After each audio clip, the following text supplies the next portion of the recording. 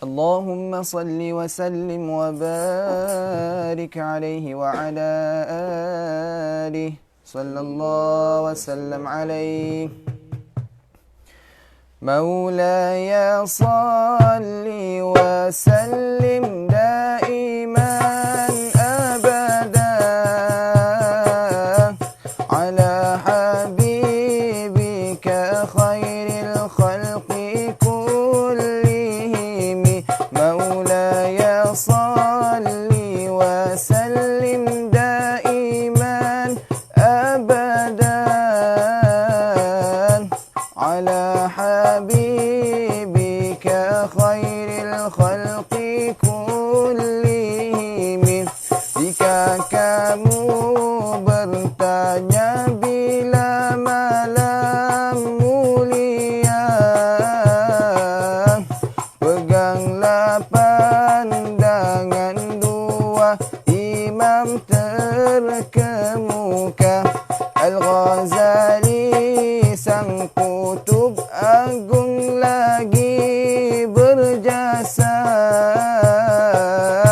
juga Asy-Syadzuli sang imam panutan semua. Keduanya memberi panduan pada kita. Perhatikan awal Ramadan, moga akan jumpa. Jika awal Ramadanmu jatuh hari Ahad 29, moga-moga mendapat Lailatul Qadar. Itu bukan malam sebarang. Amat rugi jika kau tidak ambil peluang. Maulaya salli wa sallim abadan ala habibika khairil khalqi kullihim.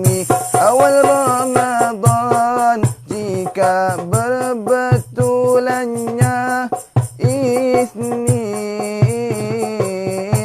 malam 21 jangan main-main.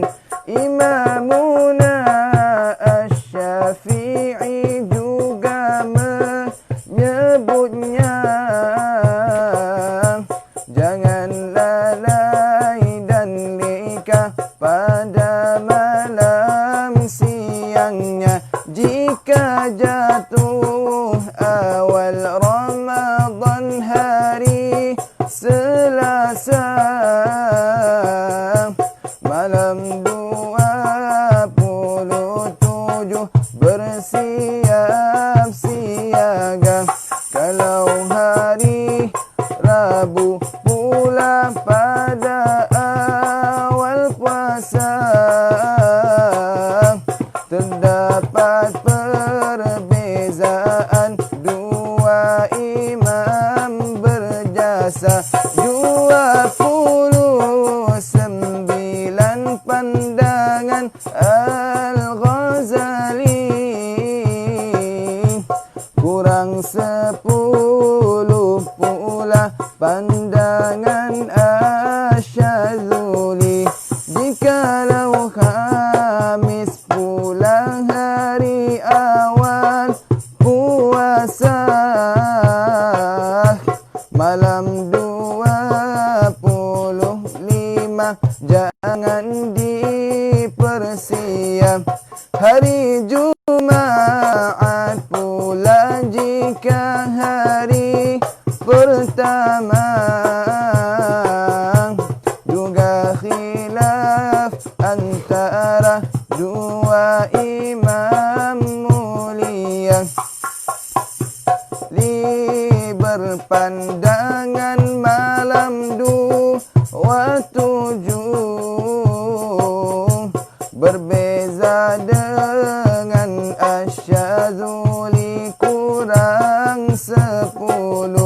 Sabtu pula jika awal Ramadan mulia,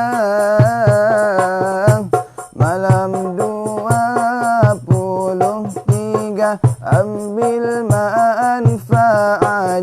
Maulaya salli wa sallim daiman abadan ala habibika khairil khalqi kullihim. Berpeganglah dengan kaidah ulama sufi, mereka diberi petunjuk oleh ilahi. Namun ingatlah wahai saudaraku yang mulia,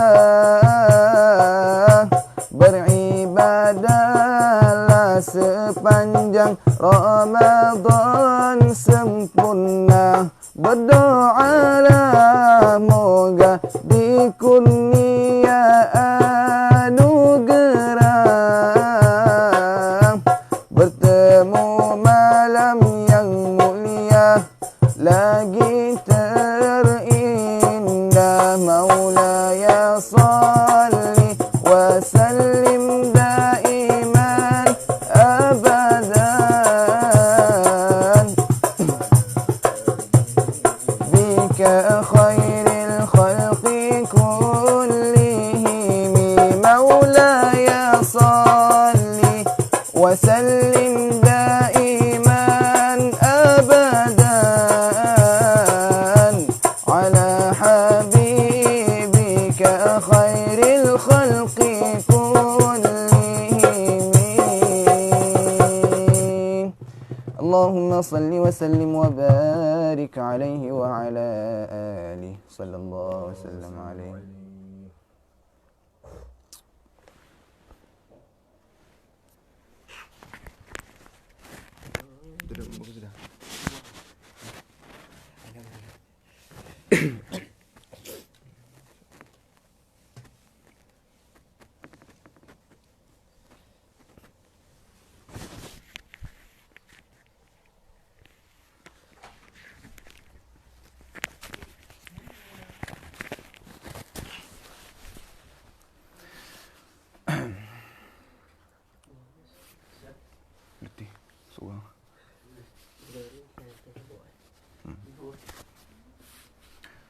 Allahumma salli wa sallim wa barik alaihi wa ala alihi sallallahu wa sallam alaihi. Allahu Allahu Allah, Allahu Allahu Allah, Allahu Allahu Allah. Ya Rabbi ya khaira mu'ti. Allahu Allahu Allah, Allahu Allahu Allah, Allahu Allahu Allah. Ya Rabbi ya khaira mu'ti. Qad kafani ilmu Rabbi min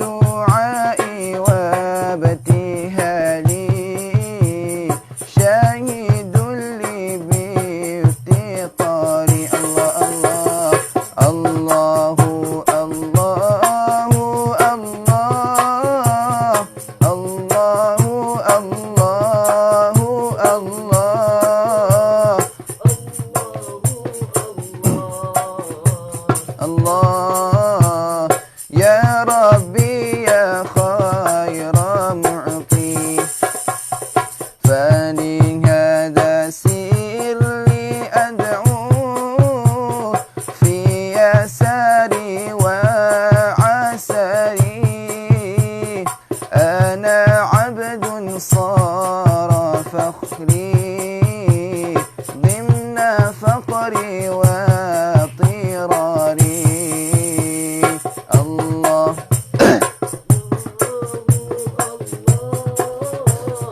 الله الله الله الله الله الله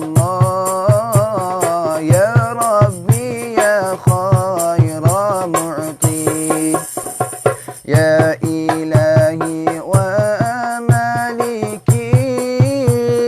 أنت تعلم كيف حالي وبما قد حل قلبي من هموم واشتغالي. الله الله الله الله الله الله الله الله يا ربي يا خير معطي. فتداركني بلطفي منك يا مولى الموالي يا كريم الوجه غثني قبل أن يفنى اصطباري. الله الله الله الله الله الله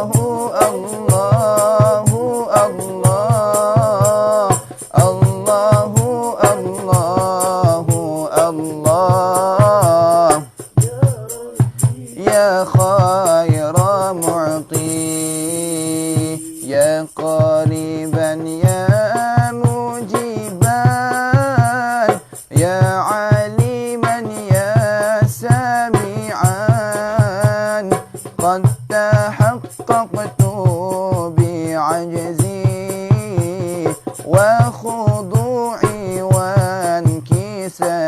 الله الله الله الله الله الله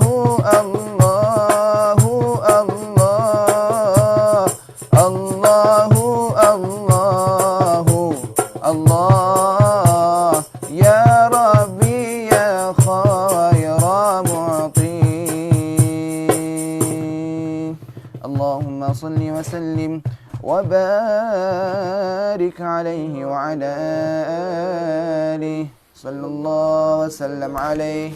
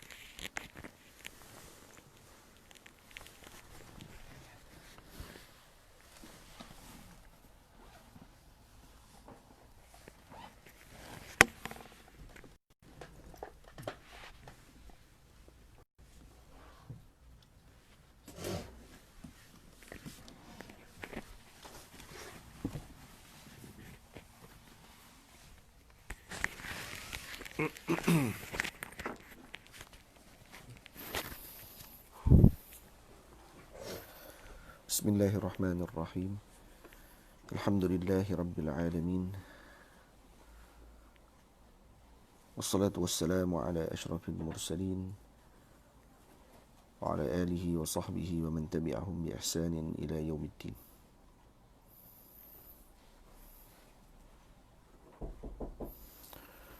Subhanaka la ilma lana illa ma 'allamtana innaka antal alimul hakim. Ishrah li sadri wa yassir li amri wahlul 'uqdatam min lisani yafqahu qawli wa biyassir wa la tu'assir wa bitamim bi khair wa ba'd. Qala al-musannifu saya sebut. Baca doa kat diri sendiri. Baik. Yang pertamanya kita panjatkan tinggi syukur kepada Allah Subhanahu wa taala kerana dapat kita berkumpul pada hari ini sekali lagi dalam majlis Rauhah Asar. Semoga Allah Subhanahu wa taala memberikan kebaikan. Majlis ini dianjurkan bersama antara Ruwaq Jawi dan Matis Ma'tafiz Al-Imam Syafi'i, pimpinan Al-Fadhil Ustaz Zuhair Abdullah.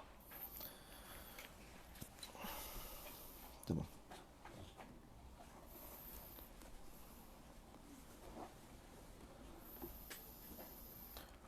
Jadi permintaan daripada sebahagian, tak dengar? Dengar?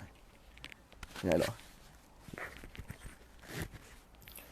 Permintaan daripada sebahagian untuk kita terangkan qasidah yang telah yang saya tulis pada tahun lepas berkenaan dengan Lailatul Qadar, iaitu qasidah Lailatul Qadar, tentang maksud yang kita boleh faham daripada qasidah tersebut. Jadi saya syarah secara ringkas qasidah ini. Qasidah ini saya karang dalam 17 bait. Dan setiap qasidah ini dikarang di Mansurah pada tahun lalu. Baik, jika kamu bertanya bila malam mulia, peganglah pandangan dua imam terkemuka. Jadi bacaannya dengan bahar basit, seperti bacaan Allahumma salli ala sayyidina Muhammad, Burdah Al-Imam Al-Busiri. Jadi jika kamu bertanya bila malam mulia, malam mulia yang saya maksudkan sini adalah Lailatul Qadr, maka peganglah dengan pandangan dua imam yang terkemuka. Siapa imam ini? Iaitu Al-Imam Al-Ghazali dan juga Al-Imam Asy-Syadzili radhiyallahu taala anhu.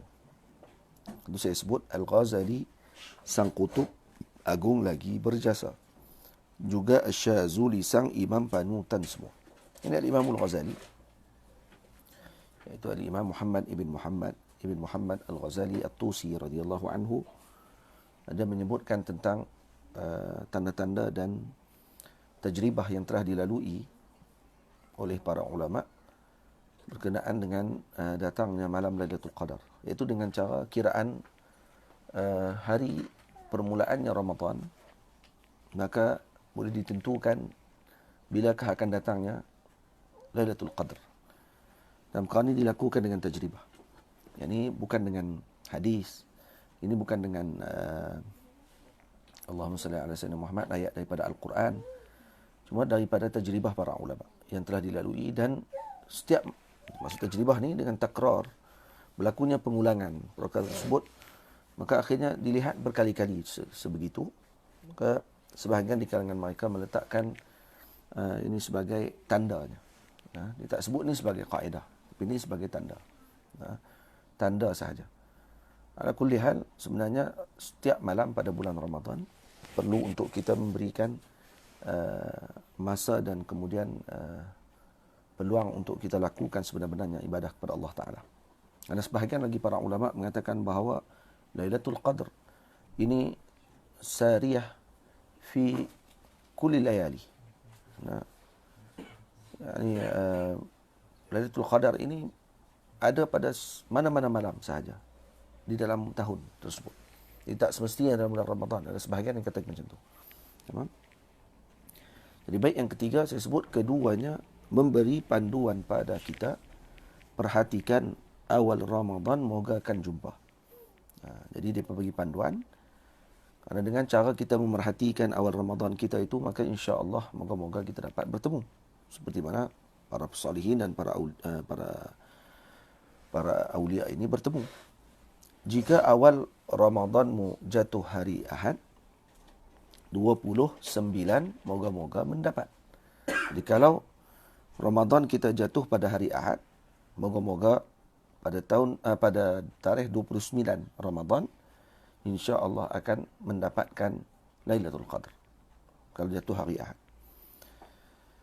Lailatul Qadar itu bukan malam sebarang.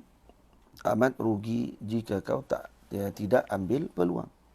Jadi ini malam yang diberkati oleh Allah Ta'ala. Malam yang dimuliakan oleh Allah Ta'ala. Yang lebih baik daripada 1000 bulan. 1000 bulan maknanya lebih kurang dalam 80 lebih tahun dilakukan ibadah. Tamam. Awal Ramadan jika berbetulannya Isnin, malam 21 jangan main-main. Jadi kalau kata awal malam Ramadan pula jatuh pada hari Isnin, maka pada malam yang ke-21 perlu kita ambil perhatian. Jangan main-main pada malam tersebut.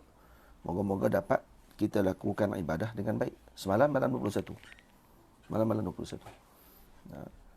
Kalau ikut pandangan Al-Imam Asy-Syafi'i radhiyallahu taala anhu menyebutkan bahawa pada malam tersebut adalah malam Lailatul Qadar. Imam Syafi'i kata malam 21. Jadi tak kira pada hari apa mula pun, kata Imam Syafi'i malam 21 adalah Lailatul Qadar. Kata Imam Syafi'i. Sebab tu saya sebut di sini Imamuna Asy-Syafi'i juga menyebutnya jangan lalai dan leka pada malam siangnya. Pada malam siangnya makna sini Al-Imam Syafi'i ingin memaklumkan kepada kita bahawa siang dan malamnya Lailatul Qadar tersebut adalah hari yang patut diberi perhatian. Maknanya kalau semalam 21 hari bulan, ini siangnya 21. Siang 21 ini juga perlu diberikan perhatian oleh kita untuk kita melakukan ibadah kepada Allah Ta'ala. Moga-moga kita juga akan mendapatkan pahalanya Lailatul Qadar. Jadi takut ada sebahagian orang yang bila semalam Lailatul Qadar, contoh, ada orang maklum kata itu Lailatul Qadar.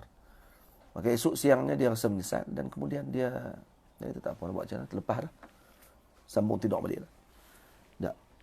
Patutnya waktu siang tu pun diberikan perhatian juga. Dilakukan ibadah sungguh-sungguh pada waktu tersebut. Tamam? Baik. Sebab tu Imam Syafi'i mengatakan jangan lalai dan leka pada malam siangnya. Baik. Jika jatuh awal Ramadan hari Selasa, malam 27 bersiap siaga. Jadi kalau kata awal Ramadan kita jatuh pada hari Selasa, maka satu Ramadan tu maknanya hari Selasa. Maka malam 20 tersebut hendaklah kita 27 hendaklah kita bersiap sedia untuk kita melakukan ibadah pada malam tersebut. Karena Nabi SAW pada malam Lailatul Qadar syammar izarah, maksudnya diikat izar Nabi SAW, maksudnya kinayah anil kafi anil jima'. Maksudnya Nabi tidak akan mendekati isteri-isteri Nabi kita Muhammad SAW untuk melakukan ibadah kepada Allah Subhanahu wa taala. Kalau hari Rabu pula kalau hari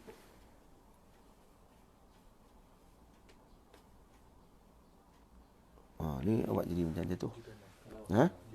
Jikalau Jikalau hari Rabu pula awal puasa ayat. Hari Rabu pula awal puasa. Macam mana? Kalau hari Rabu pula awal puasa. Kalau kami bawah tu jikalau. Dia kata jikalau kot. Jikalau. Sebab Ustaz biasa tulis pada awal perkataan akan tulis dengan apa ni, dengan huruf besar. Dia kata ni Nu'man tulis huruf kecil. Dia macam jatuh. Kan? Jikalau hari Rabu pula awal puasa. Jikalau. Nombor 9 tu jikalau. Jikalau hari Rabu pula awal puasa, terdapat perbezaan dua imam berjasa. Baik. Kalau hari Rabu awal puasa, maka perbezaannya berlaku kepada dua imam tadi. Jadi maksudnya tadi daripada hari Ahad, Isnin dan Selasa, Al-Imam Al-Ghazali dengan Al-Imam Syadzili tidak beza pandangan dalam masalah tersebut. Tapi pada hari Rabu ini berlakunya perbezaan pandangan oleh Al-Imam Al-Ghazali dan juga Al-Imam Asy-Syadzili. 29 pandangan Al-Ghazali. Imam Ghazali berpandangan kalau awal puasa pada hari Rabu, maka insya-Allah Lailatul Qadar pada 29 hari bulan malam. Kurang 10 pula pandangan Asy-Syadzili. Manakala Al-Imam Asy-Syadzili, Syadzili pun boleh baca, Syadzili pun boleh baca. Dua-dua boleh baca, tidak ada masalah.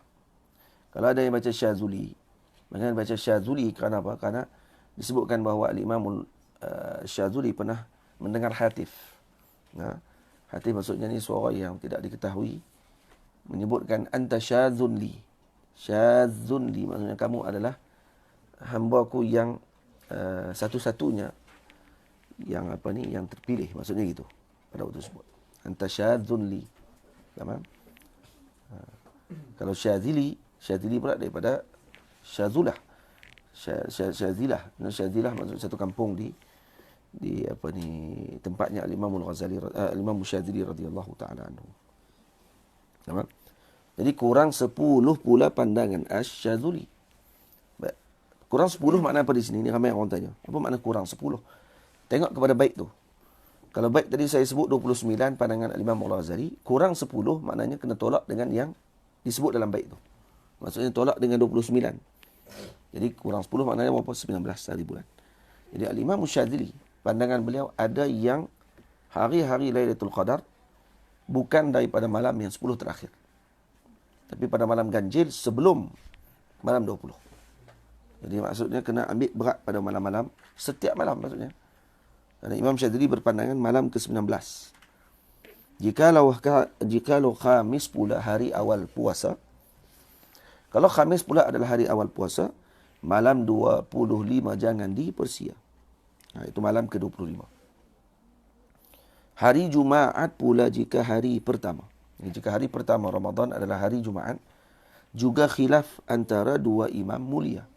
Baik, kita baru ni, kalau di Mesir, awal puasa kita hari Jumaat. Okay? Baik. Jadi khilaf di antara Imam Syadzili dengan Al-Imam Al-Ghazali. Al-Ghazali berpandangan malam 27. Malam 27 maksudnya malam 27. Berbeza dengan Asy-Syadzuli kurang 10. Jadi Al-Imam Syadzili kurang 10. Iaitu 17. Jadi dah lepas 17. Tapi bagi pandangan Al-Imam Al-Ghazali pada malam 27. Maksudnya ada lagi malam yang ke-27 nanti. Ala kulli hal, setiap malam perlu diberikan perhatian. Semalam dah kita ikut pandangannya Al-Imam Asy-Syafi'i radhiyallahu anhu. Al-Imam Syafi'i mengatakan dia tetap malam 21. Sebahagian lagi kata malam 27. Tetap. Kerana berdasarkan kepada ayat Allah Ta'ala, inna anzalnahu fi lailatul qadr. Dan perkataan Lailatul Qadr bila disebut dalam ayat yang terakhir apa dia? Salamun hiya hatta matla'il fajr. Salamun hiya. Hatta matla'il fajr. Perkataan hiya tadi berada pada kalimah yang ke-27 di dalam surah tersebut. Surah Al-Qadr. Maka ini menunjukkan bahawa Lailatul Qadar berlaku pada malam 27. Banyak ulama kira macam tu. Kesemuanya kata itu hanya panduan. Ini bukan khata'i macam tu.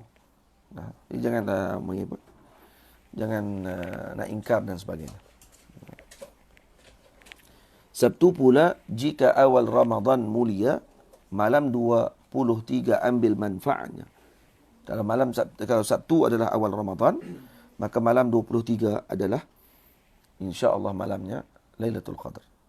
Berpeganglah dengan kaedah ulama sufi, mereka diberi petunjuk oleh ilahi. Ini para ulama sufi ini, mereka diberi petunjuk oleh Allah Ta'ala. Mereka diberikan ilmunya oleh Allah Subhanahu Wa Ta'ala. Dan moga-moga dengan berkat kita mengikuti apa yang mereka tunjukkan tersebut, kita diberikan oleh Allah Ta'ala Lailatul Qadar. Namun ingatlah wahai saudaraku yang mulia. Ini yang saya ingatkan balik. Kerana apa? Kerana takut ada orang yang dia hanya terkejar dengan malam-malam tersebut saja. Ingat, no? Malam Lailatul Qadar ni Allah Ta'ala berikan kepada orang yang menghidupkan sepanjang Ramadan. Maka pada malam Lailatul Qadar tersebut dia akan diberikan kemudahan. Sekurang-kurangnya pada hari tersebut kalau dia laksanakan solat isyak secara berjemaah dan kemudian solat subuh secara berjemaah, maka dia telah mendapatkan malam Lailatul Qadar pada hari tersebut. Dia telah seolah-olah dia beribadah selama 1000 tahun. Macam dia dah bangun pagi, bangun qiyam pada hari tersebut. Tamam? Jadi kita tiap-tiap hari jangan tinggal solat isyak berjemaah dan jangan tinggal solat subuh secara berjemaah, khususnya pada 10 malam terakhir. 10 malam terakhir tadi, kalau tak boleh buat tarawih sekalipun, tak boleh nak bangun tahajud sekalipun, jangan tinggal jangan tinggal untuk kita tunaikan isyak secara berjemaah dan juga subuh secara berjemaah. Faham?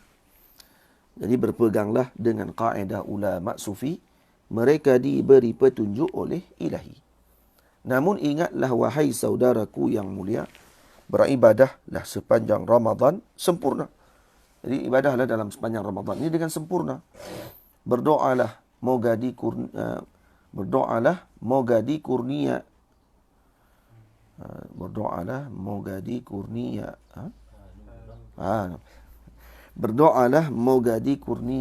anugerah, bertemu malam yang mulia lagi terindah. Jadi apa ni, kita doa kepada Allah, moga Allah Ta'ala berikan malam ini malam yang terbaik kepada yang diberikan oleh Allah kepada umat Nabi Muhammad sallallahu alaihi wasallam. Maka kita berdoa moga Allah Ta'ala perkenankan doa kita tersebut. Amin ya rabbal alamin. Maka banyakkan doa, apa dia? Allahumma innaka afuun tuhibbu al-afwa fa'fu anna. Baca doa tersebut yang diajarkan oleh Nabi kepada Sayyidina Aisyah, Sayyidatuna Aisyah radhiyallahu ta'ala anha. Bila ditanya oleh Sayyidatina Aisyah, apa doa yang patut saya baca pada malam tersebut? Maka Nabi mengajarkan doa yang pendek tadi. Allahumma innaka afuun tuhibbu al-afwa fa'fu anna. Baca doa tersebut, jangan ditinggalkan. Moga-moga Allah Ta'ala memberikan kepada kita manfaat tersebut. Amin ya rabbal alamin. Dan saya sekarang ini pada 21 Ramadan 1440 Hijriah, tahun lepas.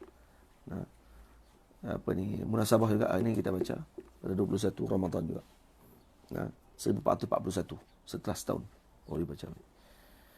InsyaAllah moga dapat manfaat dengan apa yang telah kita tulis tersebut. InsyaAllah subhanahu wa ta'ala. Dan Alhamdulillah semalam saya juga sempat, pada malam 21 sempat disiapkan karangan baru, iaitu berkaitan dengan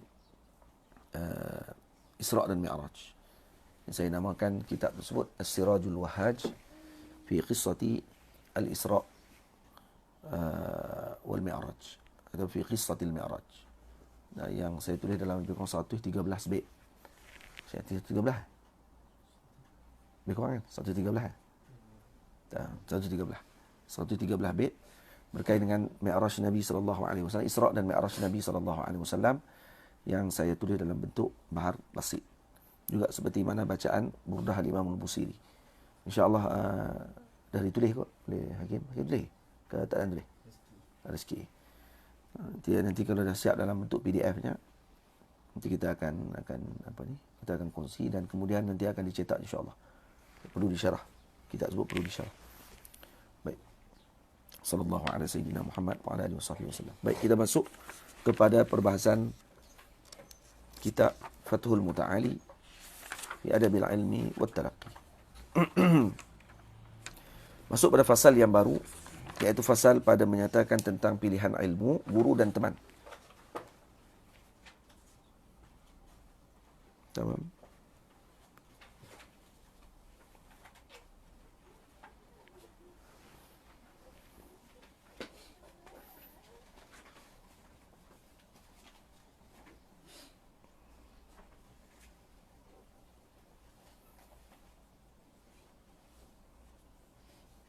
Ayo.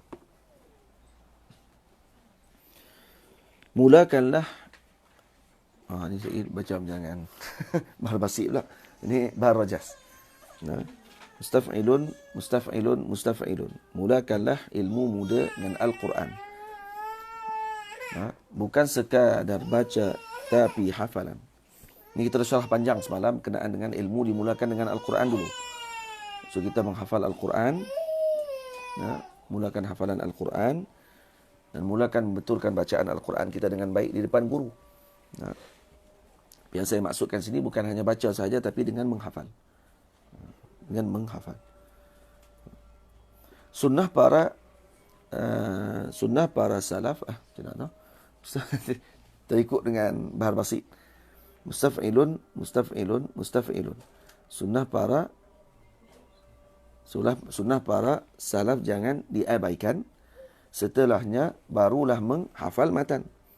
Jadi setelah menghafal Al-Quranul Karim, maka setelahnya barulah kita menghafal matan. Ini bagi yang telah selesai Al-Quran Al-Karim. Kalau tidak hafal Al-Quran, ya tak apa, hafal matan. Tapi dia telah meninggalkan suatu yang yang lebih besar daripada tu, iaitu menghafal Al-Quranul Karim. Tapi ada orang yang dah dia terlewat dah. Nah, dia pun start masuk mengaji dulu umur 19, baru mengaji agama. Sebelum tu tidak hafal Quran kerana sistem kita di Malaysia tidak begitu.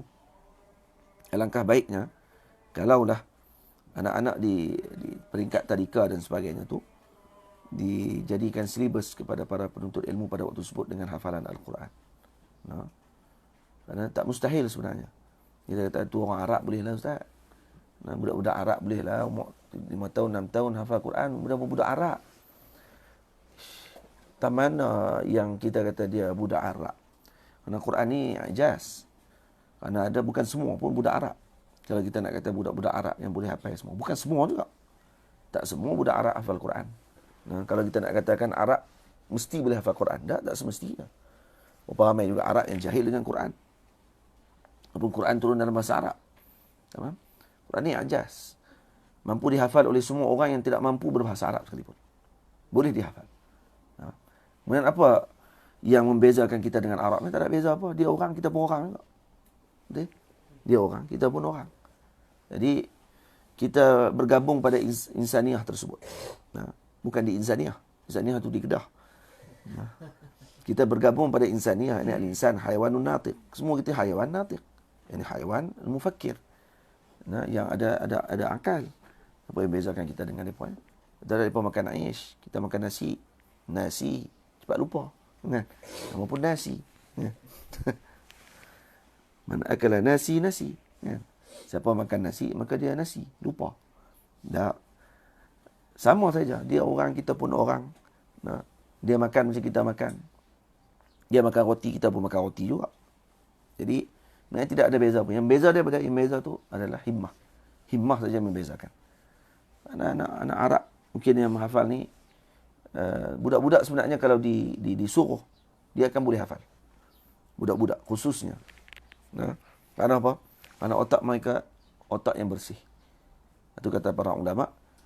Hafalan bagi kanak-kanak ni kan naqshi 'alal hajar. Dia seumpama kita menempa di atas batu. Dan tempaan di atas batu ni memang sukar. Tapi lekatnya lama. Beza dengan orang tua.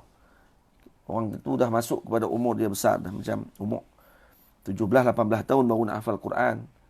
Dan keadaan dia dah sibuk dengan urusan yang macam-macam. Pada waktu tersebut. Umur 17 tahun dah tengok orang ni dengan apa ni, masuk universiti ni. Orang tu dah ada yang menikah dah. Dengan kawan dia. 17 tahun. Umur 18-19 orang dah ada pakwa-makwa. Maka dia mula dah sibuk dengan pada waktu tersebut dengan memikirkan perkara tersebut. Payah nak hafal Quran waktu tu. Kenapa? Kerana akal dia tidak, fikiran dia tidak lagi tertumpu pada waktu tersebut. Faham? Maka pada waktu tu dia akan mula tersyatut. Fikir yang itu, fikir yang ini.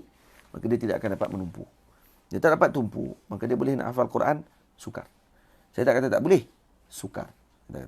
Kan naqshi 'alal ma'. Dia seumpama kita menempa di atas air. Senang, tapi tak ikat. Tak lekat. Dia akan lalu saja. Macam tu saja.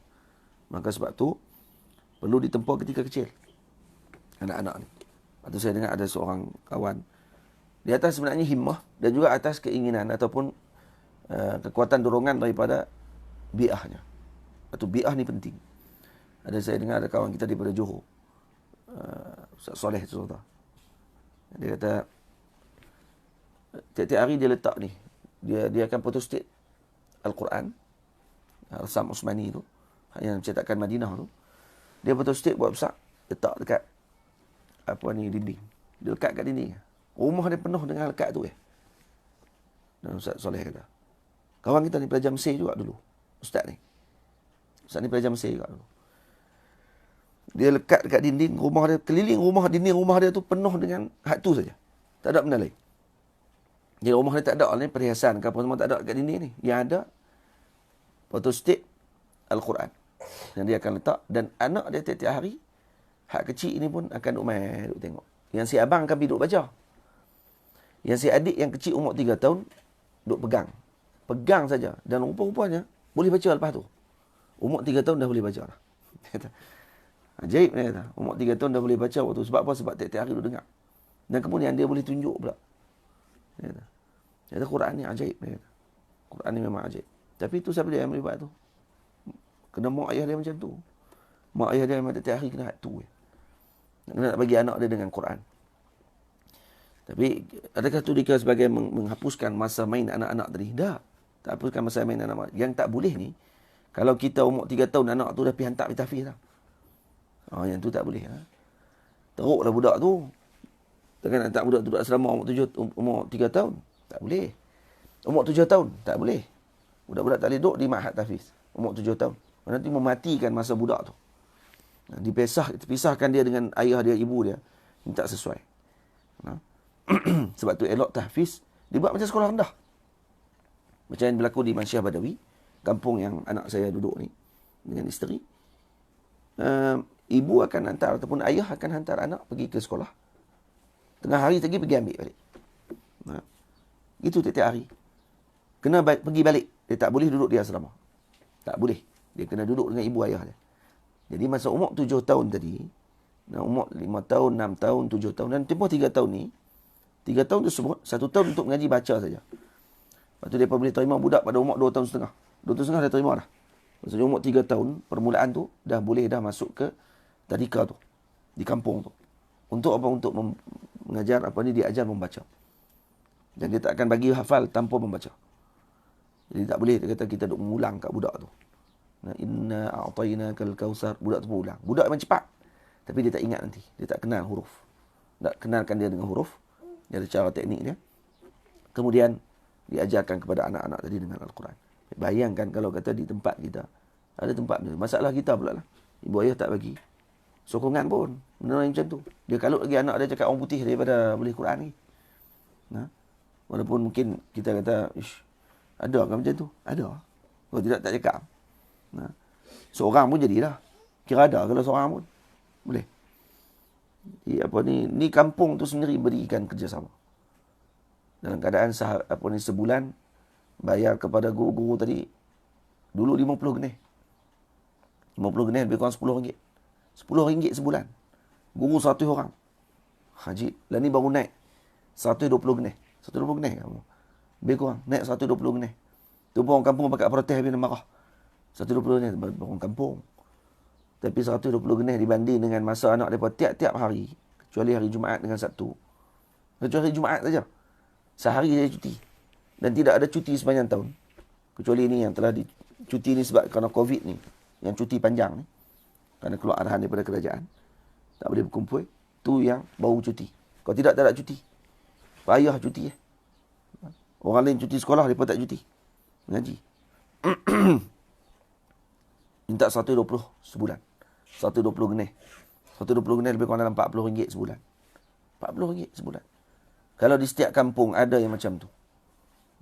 Diajarkan anak. Bukan hafal surah juzuk amma saja. Sebab kita di tempat kita macam-macam. Menyanyi lagu. Asadun harimau. Asadun singa. Namirun harimau. Buat lagu raya. Untuk hafal kalimah-kalimah tu. Kita hafalkan anak-anak dengan Al-Quran dulu. Lepas tu hafalkan anak-anak dengan surah juzuk amma dan sebagainya. Bagus. Cuma dia macam dia kata, budak-budak ni tak sesuai kok. Dia pun tak sesuai lagi nak hafal Baqarah. Nak hafal apa semua lagi. Dah duk pandang anak macam tu. Padahal budak tu boleh je sebenarnya. Budak tu boleh saja. Tapi yang ni perlu pada masa untuk kita buat tadi. Mana ni kira macam nanti jadi kejutan pula nanti. Jadi kena diteliti balik dan sebagainya. Perlu dibuat balik perbincangan tersebut. Kalaulah ada macam tu, sangatlah comel. Kalau ada di kampung, satu kampung ada tempat macam tu, orang kampung semua, anak-anak mereka yang kecil, cucu yang kecil, hantar suruh terus. Untuk dididik dengan Quran dulu. Maksudnya mereka nak jadi apa, lepas ni jadilah. Tapi yang penting Quran boleh baca. Tak boleh hafal pun, korang boleh baca. Yang peringkat dia naik sikit, dia boleh hafal dan kemudian nanti dia ni akan jadi pimpinan nanti dalam umat. Itu betul. Tapi dia hantar setelahnya mengaji Al-Quran, mengaji pengajian ilmu yang baik, dipimpin oleh para guru. Barulah jadi masyarakat yang diberkati oleh Allah Subhanahu wa taala. Kalau boleh buat macam tu, insya-Allah. Baik. Menghafalnya perlulah ikut turu. Sekali lagi baca macam bahasa. Dia terpengaruh. Mustaf'ilun. Menghafalnya perlulah ikut turutan. Bertemulah guru, ambillah panduan. Jadi kalau nak hafal matan, menghafalnya kembali pada bait yang ke-39 tu kepada apa? Kepada matan. Jadi nak menghafal matan, perlulah ikut turutan. Maka macam mana nak ambil turutan tersebut? Ni awak yang gelak meh. Pakai gelak semua. Saya buat lawak apa? Apa dia? Oh, semua gelak. Dah, dia mengulang. Pada tu sekali itu pun. Ni lah gelak. Buat je lawak pula. Jadi menghafalnya perlulah ikut turutan. Jadi menghafal matan ikut turutan. Bertemulah guru, ambillah panduan. Jadi nak ambil panduan macam mana? Nak dapatkan perkara tersebut, ambil daripada guru. Saya nak hafal matan apa dulu? Tok guru yang akan tentukan. Jangan kita pandai-pandai. Boleh? Sebelum menghafal, betulkan bacaan agar tidak hafal dengan kesalahan. Jadi sebelum menghafal, betulkan dulu bacaan. Ini salah satu lagi kesalahan sebahagian di kalangan penuntut ilmu. Hafal matan, dia beli kitab apa-apa saja, dia hafal. Tanpa dia betulkan dulu bacaan di depan guru. Maksud saya tambihkan perkara ni. Ini adalah perkara-perkara yang telah saya ambil daripada para guru saya. Khususnya Maulana Syekh Ahmad Mamduh Hafizahullah Ta'ala, yang dia pesan kepada saya berkali benda perkara tersebut. Nak hafal matan apapun, betulkan dulu di depan guru. Baca dulu sekali lalu. Biar guru betulkan baris. Kitab tidak semestinya betul baris. Kalaupun kita beli cetakan apa pun. Kita kata ni cetakan Darul Minhaj. Dari cetakan terbaik. Tetap kena baca depan guru. Jangan duk iktimat dengan kitab tu. Tetap kena iktimat dengan guru. Jadi kena hafal depan guru kita. Boleh? Saya baca Dalailul Khairat di depan Maulana Syekh Ahmad Ar-Ruqaimi daripada awal sampai habis. Dalam Dalailul Khairat, riwayat yang sahih tidak ada Sayyiduna. Perkataan nama Nabi Muhammad SAW kebanyakan tidak ada Sayyidina. Semua Muhammad. Jadi bila saya baca dengan bacaan yang ditulis dalam kitab, apa kata Syekh Ahmad Ar-Ruqaimi? Ya, tak ada tulis, tapi baca Sayyiduna. Dia suruh baca Sayyidina. Sebahagian tulisan yang ditulis oleh para ulama sekarang, contoh macam cetakan Syekh Ali Jumaah, Maulana Syekh Ali, cetakan daripada sebahagian kitab lagi, ditulis-tulis Sayyidina. Tapi itu tidak dengan riwayat. Riwayat yang daripada kitab yang asal seperti yang ditulis oleh Syekh Nuh Hamim Kala. Syekh Nuh Hamim Kala punya kitab yang ni, ini antara cetakan terbaik dari Dalailul Khairat. Yang ini tidak ditulis, tidak ada Sayyidina dalam ni. Kata Nabi Muhammad, sebahagiannya ada Sayyidina, sebahagian tidak ada. Banyakkan Allahumma salli ala Muhammad mil'a ardika wa mimma Muhammad terus. Tanpa ada Sayyidina. Tapi bila saya baca di depan Syekh Ahmad Ruqaimi, Syekh Ahmad Ruqaimi kata tambah Sayyidina di depan. Maknanya, ya dalam riwayat tidak ada tulis. Karena kemungkinan imam tulis tadi dengan ringkasan. Tapi ketika dibaca seperti mana dibaca di depan guru mereka. Para guru mereka, Syekh Ahmad Ruqaimi baca di depan Syekh Arabi Tabbani, Syekhul Masyayikh. Jadi di depan Syekh Arabi Tabbani, kalau dibaca oleh beliau, dibaca dengan ada Sayyidina. Sama? Jadi sebab tu perlu dengan guru. Karena guru akan bagi tahu kepada kita dengan maurus yang bersambungnya dengan siapa? Dengan para guru tadi, dengan bacaan yang macam mana. Yang itu sepatutnya. Sebab tu Al-Quranul Karim pun ajib, kata Maulana Syekh Ali Jumaah Hafizahullah. Al-Quran, kalau dilihat balik dalam Resam Osmani, dan Al-Quran, kata Syekh Ali Jumaah, ini baina daffatayil mushaf dengan Resam Osmani. Kata sebagian ulama, kata Quran yang tidak ditulis dengan Resam Osmani, hadza laisa al-Quran. Maksudnya kalau tak ditulis dengan Resam Osmani, itu bukan Quran. Faham? Maksudnya bila bukan tu Quran, kalau ditulis bukan dengan Resam Osmani, maknanya boleh sentuh kalau tidak ada wuduk sekalipun. Jadi Quran ni apa dia yang ditulis dengan Resam Osmani. Itu antara ta'rifnya. Kemudian kata Maulana Syekh Ali, dan Quran ni ajaib. Dalam surah Baqarah kan, perkataan Ibrahim tidak ada ya. Ya. Dalam surah Baqarah, Ibrahim tidak ada ya. Dalam surah-surah yang lain, perkataan Ibrahim ada ya. Dan tapi semuanya dibaca dengan Ibrahim. Semuanya dibaca Ibrahim. Baik, apa maksud di sini kata Syekh Ali? Maksud di sini kata Al-Quran ini adalah maurus. Quran ini maurus, ilmu dalam Islam ini maurus, disambung, warisan. Bukan dengan mujarrad qiraah. Boleh? Itu maksudnya. Jadi sebab tu perlu kepada bimbingan. Baik. Agar tidak hafal dengan kesalahan. Ilmu tauhid wajiblah dipelajari. Ini bila nak masuk ilmu mana dulu kita nak mengaji, Maka saya tulis di sini, ilmu tauhid wajiblah dipelajari. Ilmu pertama perlu dikuasai. Ilmu tauhid kena kuasai dulu. Betulkan i'tiqadmu dengan pada yang esa, janganlah menyamakannya dengan hamba. Jadi betulkan i'tiqad kita dengan Allah Subhanahu wa taala. Jangan kita samakan Allah dengan hamba. Laisa kamitslihi syai' wa huwas samiul basir. Jadi tak faham ilmu akidah ni lah yang menyebabkan jadinya faham yang pelbagai. Kena tahu dulu ilmu akidah. Kerana ini asas yang utama dalam kehidupan. Kerana dia berkait dengan i'tiqad. Baik. Apa kitab yang perlu kita pelajari? Maka saya sebut di sini Aqidatul Awam juga Kharidah. Faham dan kuasai sebelum Jauharah. Baca caranya kuasai. Jadi apa yang pertama kita kena belajar? Yang pertama belajar Aqidatul Awam. Kemudian belajar Qaridah Al-Bahiyah karangan Al-Imam Ad-Dardir. Faham dan kuasai sebelum Jauharah. Setelah faham Aqidatul Awam, faham Qaridah Bahiyah dengan baik, barulah masuk Jauharah. Baru comel turutan dia. Tamam? Ini tarik yang dipelajari di Al-Azhar Al-Syarif. Yang saya sebut sini di Al-Azhar Al-Syarif. Jadi kalau di tempat kita mungkin ada jalan yang lain. Mungkin baca kitab Hidayatus Sibyan ke, ataupun baca kitab naik pula kepada Faridatul Faraid, kemudian baru masuk pada Jauharah ke, ataupun masuk Bakurah. Jadi tarik masing-masing. Cuma yang penting kitab bacaan yang diterima sebagai tadris. Kitab-kitab yang diterima sebagai kitab pengajian yang diajarkan di pusat-pusat pengajian tersebut. Tapi yang berteraskan kepada Ahli Sunnah wal Jamaah, Asy'ariyah dan Maturidiyah. Maka saya bagi ini adalah contohnya. Tamam? Ini ilmu wajib untuk difahami agar tidak taklid buta tak mengerti.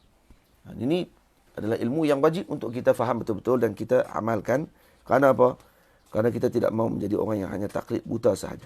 Kerana taklid dalam akidah ini berlaku khilaf panjang di kalangan para ulama. Ada 6 pandangan ulama tentang masalah taklid sahaja. Maka sebab itu perlu diberi perhatian, jangan kita taklid. Tamam? Sebahagian ulama mengatakan orang yang bertaklid sahaja daripada akidahnya, maka orang ini kufur, kafir. Kafir di sini dengan maksud apa kata Imamul Haramain? Kafir di sini maknanya dia tidak selamat di akhirat nanti. Bukan maksudnya kafir khuruj minal millah. Tak, dia tidak selamat di akhirat daripada siksaan Allah Subhanahu wa taala. Itu makna kafir. Tamam.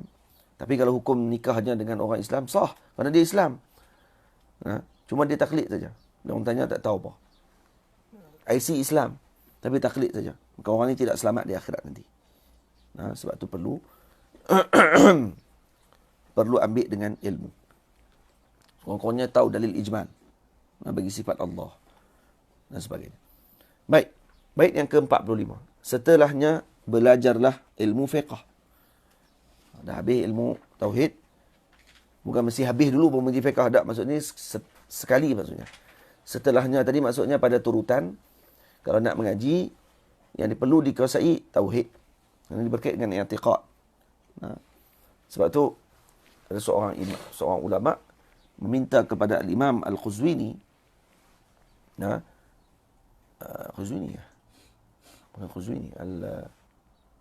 Khuzwini mengarang kitab akidah kepada kanak-kanak. Akidah kepada kanak-kanak. Karena guru ini, orang tua ni, alim ni, mengajar budak-budak di Kutab. Jadi budak-budak menghafal Quran dengan beliau dan sebagainya. Jadi bila budak-budak ni balik, kata beliau, boleh tak kalau Imam Khuzwini tolong tulis kitab? Imam Khuzwini waktu tu umurnya berapa tahun? 18 tahun. 18 tahun dia tulis matan. Yang matan tersebut di ta'liq oleh Maulana Syekh Abdul Fattah Abu Ghuddah. Yang kata Syekh Abdul Fattah Abu Ghuddah, kata Imam Khuzwini, diminta kepada saya oleh Syekh ini untuk saya mengarang sebuah risalah kecil bagi panduan kepada anak-anak yang datang belajar Quran dengan beliau. Jadi setiap kali nak balik, sekurang-kurangnya dia akan bagi satu qita'ah berkenaan dengan ilmu akidah. Sekurang-kurangnya dia akan balik setelah mengaji Al-Quran, tahu ilmu akidah yang betul, katanya. Jadi apa kata Syekh, ini kitab ni untuk kanak-kanak pada zaman ini. Kata Syekh Abdul Fattah, kanak-kanak pada zaman tu, orang tua pada zaman dah. Faham? Dalam kitabnya disebut. Jadi kena bagi perhatian tentang masalah tersebut. Dan setelahnya kita belajar ilmu fiqh. buat faham ibadah dan muamalah. Baik, apa makna ibadah dan muamalah? Kenapa saya tak sebut sekali dengan jinayah? Kenapa tak sebut dengan munakahah? Nah, kenapa sebut muamalah saja? Maka di sini ini adalah istilah yang digunakan oleh para salihin, para ulama terdahulu. Nah, antaranya kitab Usul Fiqh karangan Al-Imam Taha Arabi Dusuki. Mereka gunakan istilah ibadah dan muamalah. Apa makna muamalah di sini? Muamalah di sini maksudnya adalah maqabalal ibadah. Maksudnya yang lawan bagi ibadah, babnya adalah disebut muamalah. Maksudnya ghairi ibadah. Maksudnya apa dia termasuk dalam muamalah ni? Muamalah termasuk padanya munakahah, termasuk padanya muamalah maliyah, termasuk padanya jinayah. Faham? Jadi termasuk ke semua dalam bab perkataan muamalah tersebut. Kerana muamalah yang dimaksudkan di sini adalah apa? Yang bukan ibadah. Itu maksudnya. Jadi dalam bab fikih ni ada ibadah dan juga ada yang bukan ibadah. Apa dia yang bukan bab ibadah? Nah, iaitu bab, maksud saya bukan ibadah ni bukan maksudnya kalau buat ni bukan ibadah. Habis tu berniaga tak ibadah lah Ustaz? Tak, kita kata ni bab dia tu. Bab dalam fiqh tu. Dalam bab ibadah dia adalah kitab bab berkenaan dengan apa ni, Allahumma salli ala sayyidina Muhammad, air, kemudian bincang berkenaan dengan dalam bab taharah. Nah, sebelum taharah tadi dia akan masuk dulu wasilah taharah dengan wasailul wasail bagi taharah. Sebelum masuk kepada maqasid bagi taharah. Kemudian masuk pula berkenaan dengan solah, kemudian masuk berkenaan dengan zakah, masuk berkenaan dengan saum, kemudian masuk berkenaan dengan haji. Yang tu ibadah. Setelah tu masuk bab berkenaan dengan nikah. Bab nikah ni bukan ibadah dah. Bukan dalam bab ibadah. Tapi dalam bab berkenaan dengan munakahah. Baik, kesemua bab tu iaitu ghair ibadah, maka termasuk dalam perkataan muamalah. Sebab tu saya tulis senang, buat faham ibadah dan muamalah. Maksudnya yang selain daripada ibadah pun termasuk sekali yang patut kita pelajari. Dan ibadah wajib dipelajari oleh semua, fardu ain. Manakala bab muamalah seperti muamalah maliyah, berniaga dan sebagainya, itu fardu kifayah. Jadi fardu ain kepada orang yang nak menceburi bidang tersebut. Faham? Jadi orang yang nak berniaga wajib pelajari. Jangan sampai dia tercebur masuk ke dalam bidang yang diharamkan oleh Allah Ta'ala. Disebabkan kerana jahil perkara inilah. Orang-orang sekarang ni lebih mengambil sistem barat. Niaga ambil sistem barat. Bad marketing. Bagi orang kecam. Buat perkara bodoh. Nak bagi orang tengok dia punya apa yang dia telah pasarkan. Maka semua benda ni benda yang tidak diajar oleh syarak. Faham? Maka kerana tu para peniaga sepatutnya ambil yang telah dianjurkan oleh para salihin. Kemudian menipu dalam niaga. Dalam niaga menipu. Macam nak untung saya lebih. Tapi barang yang dipasarkan tidak kualiti. Yang ditunjuk di dalam internet beza dengan apa yang kita dapat di depan mata kita. Boleh? Kalau tunjuk tu kira serupa dengan McDonald lah. Tengok atas lukis, dia letak gambar dia dekat kita nak tempah tu. Allah, Big Mac tu keluar-keluar mai kat kita, ambil burger RM2 beli kat kampung. Hak tu lagi terbaik pada burger hak duduk di McDonald. Contoh kan. Nak beritahu kata apa? Dengan nipihnya, dengan padatnya. Dia ambil gambar tadi, marketing.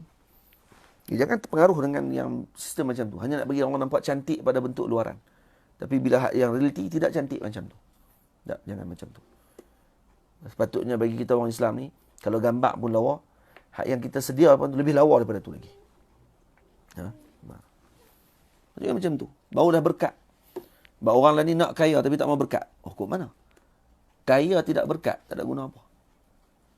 Biasa tapi berkat. Yang tu akan memberikan faedah besar kepada umat, darah dagingnya dan buat kepada keluarganya. Sebab tu, penting bab muamalah ni. Kalau nak syarah bab ni panjang lagi. Baik. Safinatun Najah juga syarahannya, pelajarilah dengan sebenar cara. Baik, macam mana nak belajar fiqh? Maka belajar dengan cara, mulakan dulu dengan kitab-kitab yang kecil. Itu kitab Safinatun Najah contohnya. Karangan Al-Imam Salim Al-Hadrami. Jadi baca kitab tersebut dengan syarahannya. Apa syarahannya? Nailur Raja. Ataupun Kashifatus Saja. Karangan Syekh Nawawi Jawi. Nailur Raja karangan Syekh Muhammad Asy-Syatiri. Ahmad bin Muhammad Asy-Syatiri radhiyallahu anhum ajma'in. Dan ini semua ulama-ulama kibar dalam mazhab kita Syafi'i yang memberikan panduan kepada para penuntut ilmu pada permulaan. Jadi belajar kitab Safinatun Najah contohnya. Jadi belajar dengan sebenar cara. Maksudnya perlu berguru. Bukan boleh baca sendiri fiqh. Setelahnya Fathul Qarib, jangan leka, tuntutlah ia hingga pengakhirannya. Kemudian lepas tu belajar Fathul Qarib. Fathul Qarib karangan Al-Imam Ibn Qasim Al-Ghazi, mensyarahkan bagi kita Matan Abi Syuja' karangan Qadi Abi Syuja', yang maqam beliau di bawah kaki Nabi kita Muhammad sallallahu alaihi wasallam. Tamam? Setelah Fathul Qarib, Zubat serta syarahannya jangan lupa. Jika dikuasai pasti tak kecewa. Jadi setelah kita perolehi ilmu daripada Fathul Qarib, hafal betul-betul, faham apa yang madmun di dalam kitab Fathul Qarib, dan melihat syarahan daripada Hasyiah Al-Imam Al-Bajuri contohnya, ataupun Hasyiah An-Nabrawi, Nabrawi bagi ikhna', ataupun Hasyiah bagi Barmawi. Cuma sebaiknya antara Barmawi dengan Bajuri, sebaiknya untuk kita jadikan rujukan Al-Bajuri. Kerana Imam Bajuri ada juga i'tirad kepada Al-Imam Al-Barmawi dalam beberapa tempat. Jadi Bajuri jadikan sebagai panduan, bukan dibaca. Atau kata sebagian masyayikh, sebenarnya kitab Hasyiah Bajuri itu bukan kitab tadris. Tapi guru kami Maulana Syekh Imad Ifat rahimahullahu ta'ala menjadikan kitab tadi sebagai tadris. Yang ni beliau ibda' dalam bab tersebut. Maulana Syekh Imad Ifat rahimahullah, alim kabir, beliau jadikan kitab itu sebagai panduan. Tapi dalam Bajuri penuh dengan dawabit, penuh dengan manfaat yang tidak ada dalam kadang-kadang dalam kitab-kitab yang besar tak disebut seperti yang disebut oleh beliau. Kerana itu terkenal mumayyizat Imam Al-Bajuri bagi orang yang memudah carakan bagi pembacaan kitab-kitab turas. Jadi lepas tu kitab-kitab Imam Bajuri jangan diabaikan. Kemudian Zubat. Syarah Zubat. Antara syarahnya apa dia? Mauhibus Samad. Mauhibus Samad kitab tadris. Dipegang kitab Mauhibus Samad. Dijadikan dia sebagai panduan kita yang utama. Dan kemudian jika dikuasai pasti tak kecewa. Ikut turutan tu. Setelah habis Zubat, barulah syuruh minhaj, semisal Kanzur Raghibin, juga kutub Syekhul Islam dan Muslimin. Maka setelahnya barulah baca syuruh minhaj. Contoh seperti apa? Kanzur Raghibin. Kerana Kanzur Raghibin adalah kitab tadris bagi bacaan kitab minhaj. Dibagi bacaan kitab minhaj. Maksudnya dah selesai daripada turutan kitab-kitab dalam mazhab. Terakhir biasanya dipelajari kitab di sebahagian madrasah, iaitu kitab minhaj. Al-Imam Nawawi. Maka apa kitab yang sepatutnya kita jadikan panduan? Dijadikan panduan kitab Kanzur Raghibin. Ini antara syarah yang jami', mani' dan sa'b, susah untuk dipelajari. Macam kena berguru. Antara yang terbaik yang saya dengar syarahan Maulana Syekh Said Shaltut ketika mensyarahkan Kanzur Raghibin, syarahan beliau masya-Allah tabarakallah. Jadi elok untuk kita ikuti. Tapi setelah selesai yang kita sebutkan tadi, baru kita masuk dalam keadaan yang bersedia. Kalau tidak, kita tak faham. Nanti dia masuk perbahasan besar. Ini bukan masalah tangkap ikan. Ada orang kata kita macam tangkap ikan lah, senang. Tangkap ikan, bawa pukat besar, dia kata. Ikan besar pun dapat, dia kata. Jadi baca kitab besar tu, hak kecil-kecil masuk sekali. Tak. Ni bukan tangkap ikan je, oi. Kerana kalau pukat besar, kata Pak Sumit, ikan kecil tak masuk. Ikan lekat, ikan bilis tak masuk. Ikan bilis, kena pergi cari pukat bilis. Baru dapat ikan bilis. Dia tak akan dapat ikan bilis. Nampak tak? Jadi dia ada umpan dia sendiri. Ada umpan yang candat untuk sotong. Orang tak guna umpan pukat tarik. Nak dekat sotong. Kalau masuk tu tak sengaja. Sotong tu tak sengaja masuk. Rezeki Allah Ta'ala bagi. Tapi candat, sotong misalnya orang candat. Tak. Ketam ada cara dia tangkap dia. Bukan semua boleh guna cara macam tangkap ikan. Jadi masing-masing ada cara dia. Macam tu juga baca kitab. Jangan duk kata, kalau saya baca minhaj tu, masuk kelas minhaj tu, insya-Allah lah Safinatun Najah tu lang kepala lah. Elok. Try tengok kalau boleh. Ni orang panggil lompat tangga, telajak. Nak naik ke rumah. Ada 5 tangga. Dia pergi hentar lompat tu. Kadang sampai lah. Tapi takut tersadung kaki. Itu ya. Sadung kaki teruk. Orang lain sampai elok, dia seorang sampai capek. Jadi kita tak mahu orang yang tersadung kaki. Dan kita tak mahu orang yang ada khalal dalam faham dia. Kenapa? Kerana dia tak faham yang halus-halus dulu. Lepas tu jangan pandang kecil pada kitab-kitab kecil. Kerana kitab-kitab kecil ni biasanya adalah diberikan kunci untuk faham kepada kitab-kitab besar. Maka ikut turutan, sabar. Jangan kalut. Nah, Kanzul Raghibin. Dan juga kutub Syekhul Islam, maksud saya kitab-kitab Syekhul Islam, contoh seperti Manhaj, syarah-syarah Manhaj. Contoh seperti kitab apa?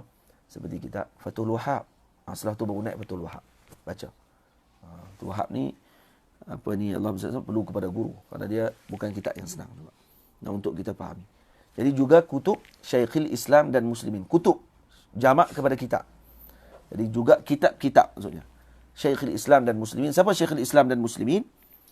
Al-Imam Zakaria Ansari radhiyallahu anhu. Nah, bukan Ibn Taymiyah ni. Dari kutub Syekhul Islam, Ibn Taymiyah. La, Imam Zakaria Ansari. Syekhul Islam yang dimaksudkan sini adalah Al-Imam Zakaria Ansari radhiyallahu anhu. Syekhul Masyayikh. Sebab tu saya sebut Syekhul Islam dan Muslimin. Faham? Ini istilah. Pelajarinya wahai para penuntut, ikutilah turutan yang aku sebut. Jadi ikut yang turutan yang saya sebut ni, insya-Allah taala seorang tadi akan dapat memahami ilmu ni dengan baik. Ilmu ini ada alat dan tujuan. Jika tidak cukup jadi tak keruan. Ilmu ni ada dua. Ada ilmu dipanggil alat dan ada ilmu dipanggil ilmu maqasid. Sebab tu saya sebut ilmu ini ada alat. Ini ilmu alat yang pertama. Dan tujuan ini maqasid. Dia ada ilmu alat dan ada ilmu maqasid. Maka jika tidak cukup jadi tak keruan. Jadi kalau tak cukup apa ini? Tak cukup alat. Tak cukup alat, maka kita tidak akan boleh untuk menguasai ilmu tadi dengan baik. Maka apa dia alat dia? Saya sebutkan pada bait yang ke-22. Nahwu, saraf, mantik dan juga balaghah. Ini alat ilmu, jangan dipermudah. Nahwu, saraf, mantik, balaghah. Hadirin semua, ilmu-ilmu inilah yang dipelajari oleh para masyayikh zaman berzaman. Kenapa alat ini dipelajari dengan sepenuh-penuhnya? Mengikut turutannya. Ada mubtadi'nya, ada mutawassitnya, ada muntahinya. Ada peringkatnya. Setiap peringkat tadi ada kitab masing-masing yang dipelajari. Karena syariat ini perlu dilihat dengan bola mata yang lengkap. Kalau syariat, iaitu maqasid. Maqasid yang kita akan tuntut sini apa dia? Tafsir, hadis. Ini maqasidnya kita. Ini dipanggil ilmu maqasid. Ilmu tafsir, ilmu hadis ni ilmu yang kita kalau kita nak masuk dalam memahami hadis, memahami Al-Quranul Karim, perlu kepada penguasaan alat. Tak faham alat, maka kita akan jadi keliru nanti. Dan ini yang berlaku kepada orang-orang yang terus nak masuk kepada ilmu maqasid tanpa melalui alat. Tamam? Terus nak baca tafsir. Dia kata, ramai dah pakat duduk mengaji. Dekat masjid semua pakat duduk mengaji kitab. Tauhid, fiqh, tasawuf. 3 tu. Tiap-tiap masa duduk mengajak tu je. Bila nak mengaji tafsir ni? Bila kita nak mengaji tafsirnya? Duk faham macam tu. Dia ingat kalau dia tak mengaji tafsir tu dia akan berdosa pada waktu tersebut. Tak berdosa. Yang berdosanya kalau kata kamu tak mengaji fardu ain. Jadi salah faham sebahagian di kalangan umat. Dia ingat kalau kata dia tak boleh faham Quran, dia tak ada kelas pengajian tafsir tu maknanya dia akan tidak faham kalam Allah Taala. Tak. Kamu memahami tafsir, kamu memahami tauhid, kamu memahami fiqh, kamu memahami tasawuf. Itu adalah intipatinya daripada Al-Quran dengan hadis. Kami ambil daripada mana Al-Quran, akidah dia? Dari Bible. Dari kitab Talmud ke apa? Veda. Ambil daripada Quran lah. Cuma dalam tu disadurkan terus, dijadikan terus macam ubat kepada kita. Tamam? Jadi doktor ni dia bukan ambil ubi tu bagi kita makan. Tapi proses ubi tu jadi apa? Panadol. Panadol buat pada ubi kan. Kata antara bahan Panadol ubi. Bukan ubi kentang, ubi kayu tak. Dia buat proses jadi. Tapi bukan ubi kayu saja. Ni kan orang yang macam ni, konon-kononnya nak pergi ambil ubi kayu tu, ambil ubi kayu tak depan dia tu macam mana jadi Panadol lah. Gabung sendiri. Balik goreng kat rumah, buk jadi Panadol. Ubat yang kita dapat tu, hak tu dah misal kepada apa yang telah disadurkan oleh para doktor yang mereka telah lalui alat tadi, lalu bagi kat kita yang mudah untuk kita ambil. Sahlut tanawul. Senang untuk kita telan. Dalam mulut. Ambil 2 biji saja. Khair, insya-Allah. Tamam? Pening-pening kepala hilang. Tampal koyok, kata orang Toto. Kita nak cari koyok pula, nak ambil ubat apa, nak bubuh kat koyok tu, nak bagi hilang sakit kepala apa semua kali tu. Kan kerja tu. Tapi bila mereka dah sediakan kepada kita, ikut jalannya, ambil, senang je ambil buah kat kepala. Macam itulah kitab-kitab yang telah dikarang oleh para ulama kepada kita. Jadi kalau kata orang tadi, betul nak memahami. Maksud kamu nak jadi orang yang mampu untuk melihat Al-Quran dengan pandangan seperti yang dipandang oleh para masyayikh yang terdahulu. Yang dipandang oleh para ulama Islam. Maka kamu nanti akan pandang dengan pandangan yang ta'zim pada agama Allah Ta'ala. Tapi kalau kamu masuk terus, tanpa kamu melihat kepada bola-bola mata yang saya sebutkan tadi, nahwu, saraf, mantik, balaghah, maka dia akan masuk dalam keadaan yang keliru, dan nanti dia akan memandang syariat ni dengan pandangan yang pelik. Kenapa baca macam ni? Kenapa baca macam ni? Kenapa tak sebut macam ni? Kerana dia tak faham. Jadi dia akan menyusahkan guru dia. Kenapa? Kerana ada alat yang dia tidak selesaikan, kemudian dia akan memeningkan orang lain. Dan ini yang berlaku kepada golongan Wahabi. Kerana tak faham. Tak ada alat ilmu yang lengkap. Tapi kalau ada alat ilmu yang lengkap, kadang-kadang Wahabi pun bertentang dengan Wahabi. Okay? Kerana tak faham usul fiqh lah. Maka kita ni kerja nak bid'ahkan orang. Oh, tahu pula. Nah. Tapi nak mengaji usul fiqh, bukan pergi hantam usul fiqh terus. No, nahwu, saraf, ilmu tauhid, dan istimdad ilmu usul. Nah. Daripada 3 bidang. Daripada ilmu kalam, ilmu lughah, dengan daripada al-ahkam min haitsu tasawwuruh. Nah, al-ahkam min haitsu tasawwuruh. Yang tinggal yang tu. Jadi 3 tu istimdad ilmu usul. Boleh? Tapi ada orang kata, sebagian ulama kata, kalau macam tu, ilmu usul ni tak lebih daripada ilmu akidah. Habis itu kalau mengaji ilmu akidah. Nah, kemudian ilmu lughah, ambil sikit ilmu lughah. Kemudian ambil sikit daripada ilmu furu'. Kemudian jadi usul fiqh. Dia kata ilmu usul ni tak lebih daripada gabungan ilmu. Kemudian gabung-gabung itu jadi ilmu. Jadi apa faedah ilmu usul ni? Nah, maka apa jawab para ulama usul? Ulama usul kata tidak. Ada benda yang dibincang dalam usul, tidak dibincang dalam sebahagian ilmu. Contohnya dalam ilmu lughah, yang dipelajari oleh kita hanya fi'il amar. Tapi ada dalam lughah disebut al-amru lil wujub. Ada sebut. Kamu baca daripada awal kitab Alfiyah sampai hujung Alfiyah, tak ada disebut al-amru lil wujub. Yang dibincang fi'il amar ni mabni ke mu'rab. Itu yang bincang. Betul tidak? Tapi usul datang dengan syai' jadid. Al-amru lil wujub. Mana al-amru lil wujub? Daripada ilmu usul. Boleh? Jadi usul ni adalah, usul fiqh ni adalah ilmu yang apa ni, Allahumma salli ala sayyidina, maksudnya disebut sebagai khulasah kepada ilmu. Nah, khulasah kepada ilmu untuk kita memahami syariat. Kalau orang tidak faham usul, tidak siqah dengan ilmunya, kata Maulana Syekh Usamah Al-Azhari dalam kitabnya Mishkatul Usuliyin. Nah, Mishkatul Al-Fuqaha wal Usuliyin. Mishkatul Usuliyin wal Fuqaha. Dan kita disebut orang yang tidak faham usul. Seperti juga kalau Imam Ghazali, man lam ya'rif al-mantiq la thiqata bi ilmi. Siapa tak tahu mantik, maka dia tidak siqah dengan ilmu. Kita tak boleh siqah dengan ilmu. Nah, atau orang yang tolak mantik ni, kita tak boleh siqah ilmu dia. Tak, kadang-kadang takut dia bertembung. Nah, belagar teruk ilmu dia. Baik. Sebab tu dan kemudian ada lagi ilmu alat dia, usul fiqih, ulum hadis dan Al-Quran wajib pelajari, jangan diabaikan. Ini ilmu usul fiqh, ulumul hadis dan ilmu ulumul Quran. Al-Quran itu maksudnya ulumul Quran. Jadi dan Al-Quran tu, Al-Quran ni ataf kepada hadis. Nah, ataf kepada hadis iaitu ulum hadis dan ulumul Quran. Wajib pelajari, jangan diabaikan. Ini dipanggil ilmu apa ni? Ini dipanggil ilmu alat. Nah, kena mengaji ilmu mustalah hadis. Nah, setiap ilmu ni ada dia punya bidang dia, yang peringkat permulaan. Kena belajar semua ni. Baru kita akan nampak macam mana para masyayikh nampak. Baru kita tak jadi orang yang kalut. Cepat nak menghukum orang. Mengaji nahwu, jurumiyah pun tak habis lagi. Mula dah nak bid'ahkan orang. Kok mana? Mubtada' khabar pun tak tahu. Dah pandai dah mula nak tengok. Duk komen dalam Facebook ya. Tengok ustaz ni bercakap, nampak tak kena. Saya pun tengok. Ustaz ni nampak macam tak betul lah.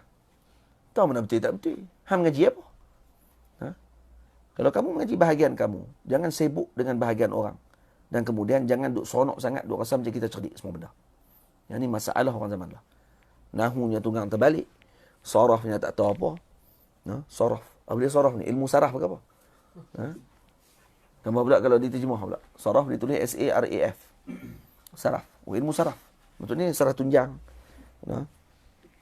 Medula oblongata. Nak masuk salah-salah dalam otak dia.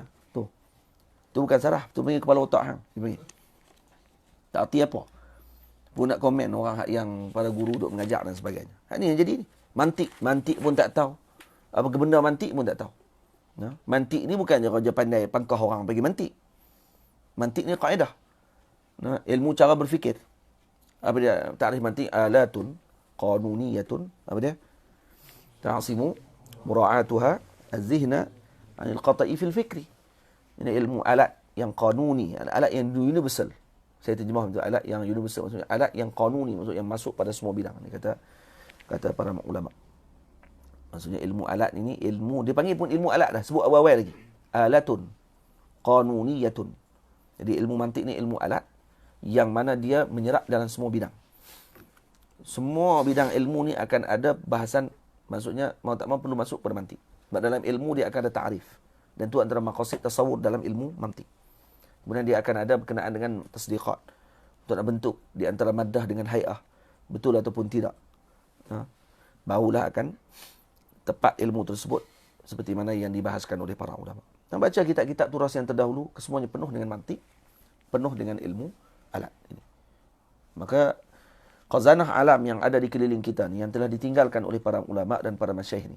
Ini permata-permata yang maksudnya walaupun zahirnya nampak seperti tulisan, tapi sebenarnya ini adalah harta yang tidak akan ada nilainya kalau kata seorang tadi tidak pandai menilai perkara tersebut. Jadi nak mengambil perkara ini perlu kepada masa yang panjang. Untuk nak ambil kunci dia saja. Nak buka kunci harta karun tersebut. Maka perlu kepada guru, perlu kepada pengajian, perlu kepada sabar, perlu kepada ta'ab, letih dan sebagainya. Maka ikut turutan tadi. Baik yang ke-54, alat diguna untuk sampai tujuan, memahami hadis dan juga Al-Quran. Baik, alat, apa tujuan alat? Tujuan alat adalah untuk sampai kepada maqasid. Tujuan, itu maksudnya maqasid itu tujuan. Maka, apa tujuan? Ini, iaitu memahami hadis dan juga Al-Quran. Hadis dan Quran itulah maqasid. Kita belajar ni untuk memahami Al-Quran dan hadis Nabi sallallahu alaihi wasallam. Baik. Jika alat tidak kamu kuasai, ini punca hadis Quran dikhianati. Ni. Kalau alat tak dikuasai, yang ni yang menyebabkan hadis dan juga Al-Quran dikhianati. Dikhianati di sini makna dia apa dia? Bukan ditukar. Macam baru ni pergi buat pula. Geng-geng ex-Muslim daripada Kanada apa. Buat ayat surah Corona. Dengan ayat tu pun jangan bodoh. Baca pula, buat. Dan dia takkan lari juga daripada nazamnya Quran. Dia tak boleh lari. Kalaupun dia kata macam konon-konon nak buat ayat baru, nak lawan dengan Quran dan sebagainya. Tapi dia tak boleh lari daripada apa yang disebut oleh Allah dalam Quran. Lagunya, cara tulisnya, tak boleh lari. Dalil kata apa dia? Dia ingat dia boleh nak kalahkan Quran. Tak, rupanya Quran kalahkan dia. Quran saitar ala dia. Alaihim. Macam Musailimah nak buat lah. Ayat apa ni, bila Allah Ta'ala turun ayat Al-Fil. Surah Fil. Surah Fil macam mana mula? Lupa. Alam tara kaifa fa'ala rabbuka bi ashabil fil. Dia pun nak buat juga surah Difda'. Ad-Difda'. Atau Al-Fil. Al-Fil. Wa mal fil. Lahu khurtum tawil. Wa zanabun kabir. Apa ke benda ayat? Fil. Kamu tahu tak apa itu fil? Apa gajah? Gajah ini ada belalai yang panjang. Kemudian dia ada belalai dia gading dia yang besar. Kemudian telinga dia yang besar. Cerita tu. Cerita pasal gajah. Baik baca kitab ensiklopedia lagi dapat maklumat banyak. Tapi tiba tengok Quran punya nazam. Nazam yang tidak ada bandingan. Akhirnya mereka terkalah dengan Al-Quran sendiri. Cuba baca dalam apa yang ditulis oleh Maulana Syekh Ali Jumaah hafizahullah berkenaan dengan Al-Quran dalam kitabnya Waqala al-Imam. Masya-Allah mumti' jiddan. Apa yang dikarang oleh beliau. Berkenaan dengan Al-Quranul Karim. Baik. Jika alat tidak kamu kuasai, ini punca hadis Quran dikhianati. Hadis Quran dikhianati dengan cara disyarahkan dengan tak betul. Yang keluar orang yang ekstrim. Faham Al-Quran dengan dia saja faham. Bila baca ayat wala tarkanu ilal ladzina zalamu fatamassakumun nar, semua dihantam habis semua para ulama semua dengan orang zalim. Kenapa? Kerana alat tak kuasai pun sebenarnya. Macam mana nak kuasai? Kalau kerja tidur kerja tidur, kerja semangat, tak habis-habis. tanpa mengaji ilmu tadi dengan sepatutnya. Bila kita sebut macam ni, marah. Padahal tak sedar. Nak marah kepada liberal, nak marah kepada sekular, nak marah kepada orang-orang yang lawan dengan agama Allah Ta'ala. Terlupa. Dia pun duk buat benda yang hadmuddin. Kerana tak mengaji ilmu yang betul, tapi nak pulun duduk di depan. Frontliner, kalau mereka ni tak lalui proses pembinaan mereka tak boleh duduk di frontliner. Betul tak? Doktor yang duduk di depan nak ubat orang-orang sakit. Dia kalau tak ikut proses pengajian dengan betul, tak boleh jadi doktor dia. Askar polis, kalau tak lalui latihan dengan betul, tak boleh jadi latihan dia, tak boleh jadi askar dengan polis dia. Betul tak betul?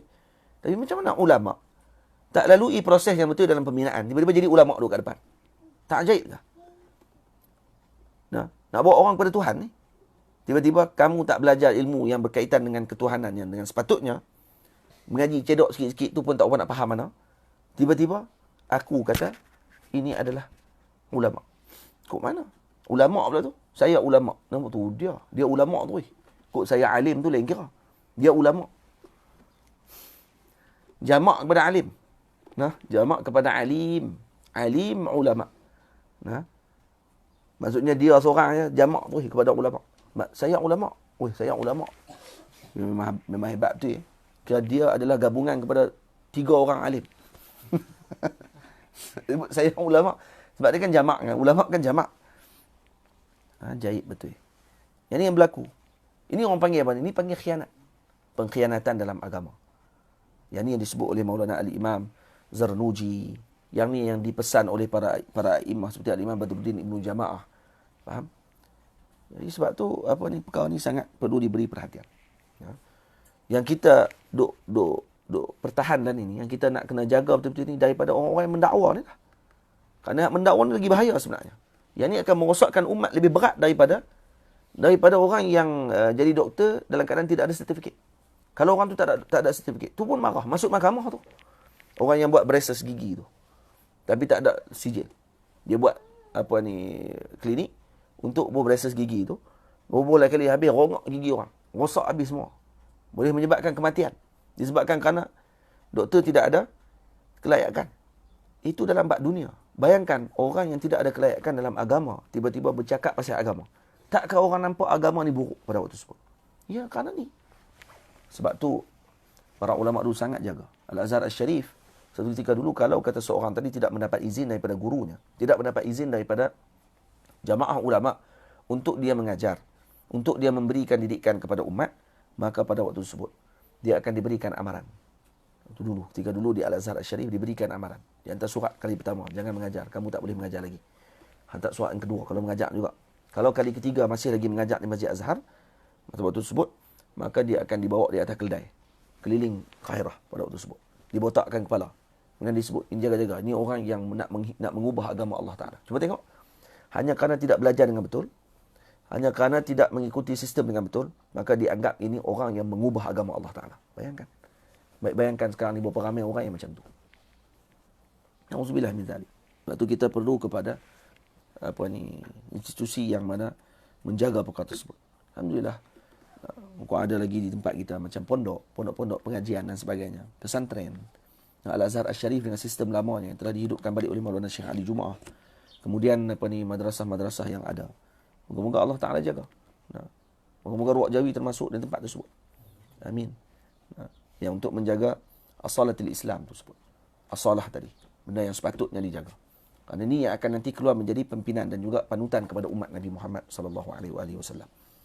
Faham? Ilmu tasawuf itu pelengkap bekal, wajib diamalkan biar tidak bebal. Jadi ilmu tasawuf adalah ilmu yang pelengkap kepada bekal kita. Jadi wajib kita amalkan. Jadi saya sebut dua di sini. Dalam bait 56 ni ada dua perkara. Iaitu yang pertama ilmu tasawuf.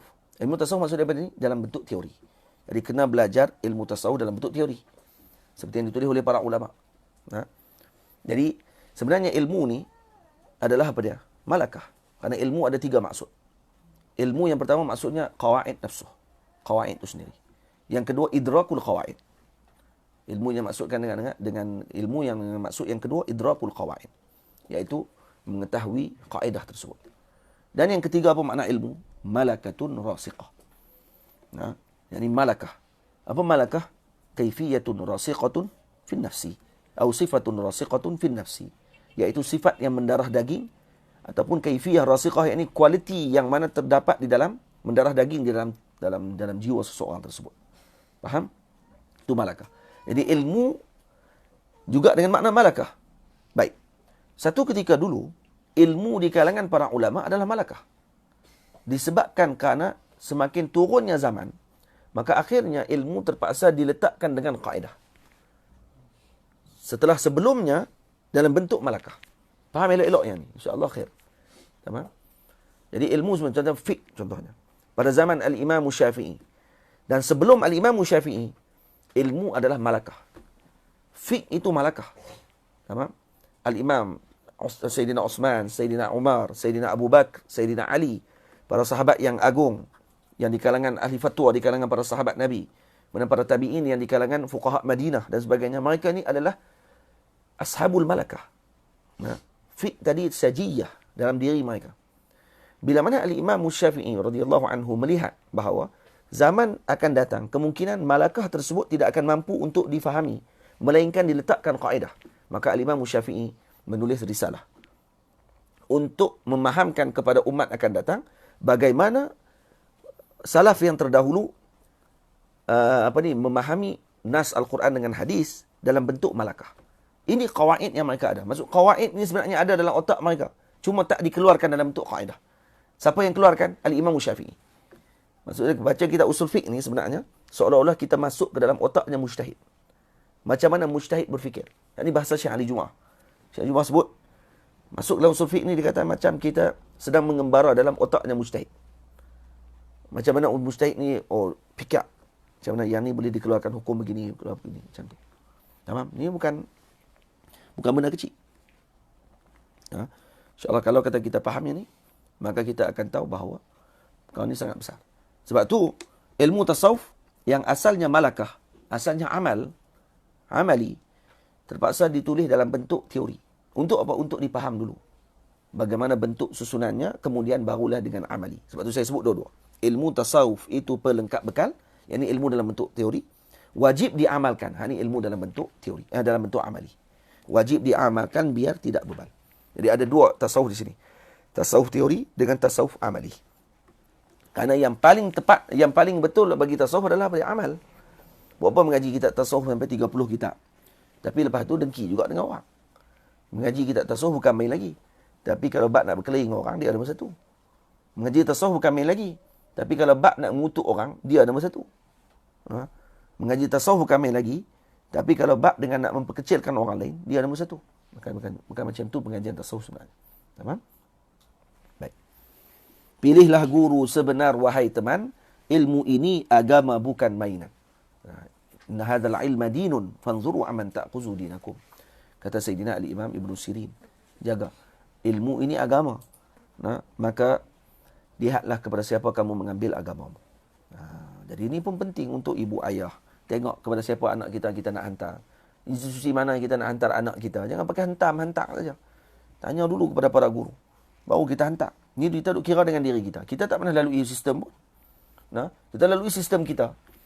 Tiba-tiba nak anak kita jadi ulama, tak tanya kepada para ulama. Kan ajaib tu.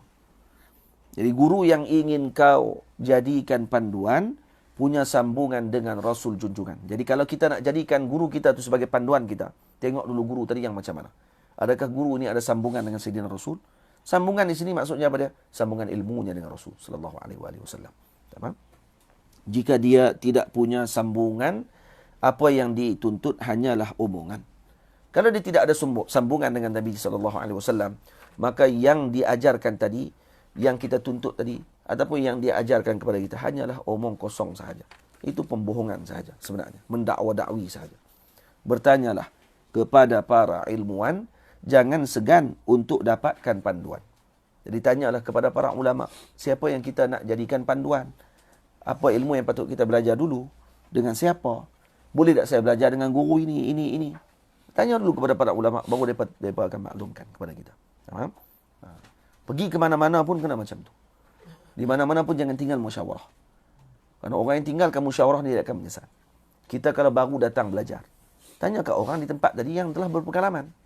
Jangan kita pakai cempera datang sendiri kita aja. Akhirnya kita tak tahu mana yang sepatutnya kita ambil, mana yang tak patut kita ambil. Mana yang patut kita mulakan, mana yang tak patut kita mulakan. Jangan isti'jal. Jangan isti'jal. Kerana isti'jal ni membunuh. Isti'jal mengharamkan sesuatu yang dihalalkan. Ingatlah. Arak, kalau tidak isti'jal, boleh kita jadikan dia cuka. Tamam? Tapi kalau arak tu kita isti'jal, masukkan satu benda, menyebabkan jadi cuka dengan cepat, selain daripada jadi dengan sendiri, maksudnya dengan proses yang sepatutnya, maka cuka tadi diharamkan untuk kita makan. Cuba bayang. Maksudnya diharamkan benda yang halal untuk kita makan jadi haram. Kenapa? Kerana isti'jal. Sebab tu jangan isti'jal. Kerana isti'jal membunuh. Isti'jal ini tidak akan dapat faedah. Apa isti'jal? Boleh menyebabkan kita kerugian. Ya? Seorang yang isti'jal untuk dapatkan harta warisan, dibunuhnya bapak dia, tak dapat warisan tu. Nah, kerana al-qatil, orang yang membunuh, qatl antara mawani' irs. Perkara yang menghalang warisan adalah pembunuhan. Dia membunuh orang untuk dapatkan warisan dengan cepat. Dia nak bagi orang tu mati, bagi dia dapat harta waris. Tengok-tengok, sebabkan kerana bunuh, tak dapat tu. Kerana kamu isti'jal. Waktu man ista'jala syai'an qabla awani, uqiba bihirmani. Nah. Jadi jaga-jaga. Bertemanlah kamu dalam kehidupan, teman yang tunjukkan jalan pada Tuhan. Maka kalau kita ingin dalam perjalanan menuju agama Allah Ta'ala ini, maka perlu kepada teman. Perlu kepada teman dalam perjalanan. Jangan berjanji seorang-seorang, kita letih juga. Kena ada teman kita. Kita kena ada teman yang kita berjanji setia dengan dia bahawa kita akan sama-sama mengaji sampai jadi orang yang berguna kepada umat. Jadi kita bila dah, kalaupun kita tak berjanji pada permulaan, datang ke tempat pengajian, jumpa teman-teman dalam tempat pengajian. Jadi ini teman kita. Kerana teman di tempat pengajian ni, orang-orang yang nanti akan memahami agama Allah Ta'ala. Sama-sama memahami agama Allah Ta'ala. Maka mereka ni nanti akan sama-sama boleh untuk nak menggerakkan agama Allah Ta'ala. Tamam? Tapi kalau teman tadi kita tengok tidak pernah duduk dalam majlis para ulama pun tak datang, maka kita nak kata macam mana? Macam mana dia nak faham dengan apa yang ulama sebut? Dia pun tak pernah hadir. Dia pun tak pernah duduk dengan para ulama. Maka nanti dia akan menyebabkan berlakunya kesombongan dan juga dia akan jadi barbarian dalam agama. Semua orang mengaku bahawa dia boleh, padahal dia tak boleh. Kemudian lisannya berbetulan dengan amalan. Siapa teman yang patut kita jadikan sebagai panduan tadi? Lisannya berbetulan dengan amalan, jangan berteman dengan yang bercanggahan. Jadi kita nak berteman dengan orang, mestilah orang tadi yang lisannya berbetulan dengan apa yang dia amalkan. Yang ini bukan orang yang hipokrit, tapi orang yang mengamalkan ilmu yang dia pelajari. Tamam? Jangan berteman dengan yang bercanggahan. Maksudnya yang amalan dia beza dengan apa yang dia ucap. No? Jadi jangan macam tu. Jangan berteman dengan orang macam tu. Kerana ni akan membunuh juga. Kenapa? Kerana yang berteman dengan orang macam ni, attiba' sarraqah. Tabiat itu mencuri. Kita berteman dengan orang macam ni, nanti kita pun akan jadi macam dia. Jika tidak punya teman demikian, lebih baik sendirian tanpa teman. Kalau tak ada teman macam ni, lebih baik bersendirian sajalah. Teman di sini umum. Sama ada teman hidup kita, isteri kita, ataupun teman dalam perjalanan pengajian kita. Kalau kita dah duduk mengaji, betul nak menikah. Waktu nak menikah nanti pun tengok juga teman tu. Sebab tu teman saya yang saya sebut di sini ni umum. Kalau kita nak menikah, teman yang kita nak menikah tadi, yang bakal isteri kita, bakal suami kita tersebut, orang yang tidak akan mampu untuk nak memberikan kerjasama kepada kita untuk kita melakukan ibadah kepada Allah Ta'ala, maka pada waktu tersebut lebih baik bersendirian daripada kita berkahwin dengan orang yang macam tu. Tapi kumbang bukan seekor, bunga bukan sekuntum. Jadi banyak kan. Boleh nak cari-cari di tempat pengajian tu, tengok hak mengaji betul-betul. Tapi hak mengaji betul. Mengaji betul. Bukan hak mai 2-3 kali dalam pengajian. Kerana nak darah tu ya. Nak darah tu duduk tiap hari mai kelas. Duduk dating dalam kelas. Sambil duduk mengaji, sambil duduk tengok nak darah. Bukan gitu maksudnya.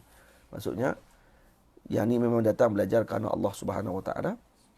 Dan kemudian kita tahu kata dia ni orang yang sering dalam pengajian, orang yang rajin, orang yang mampu untuk nanti insya-Allah menjadi imamku, kata sebahagian makmum-makmum. Ya. Baik. Adab seorang alim nanti insya-Allah esok hari apa?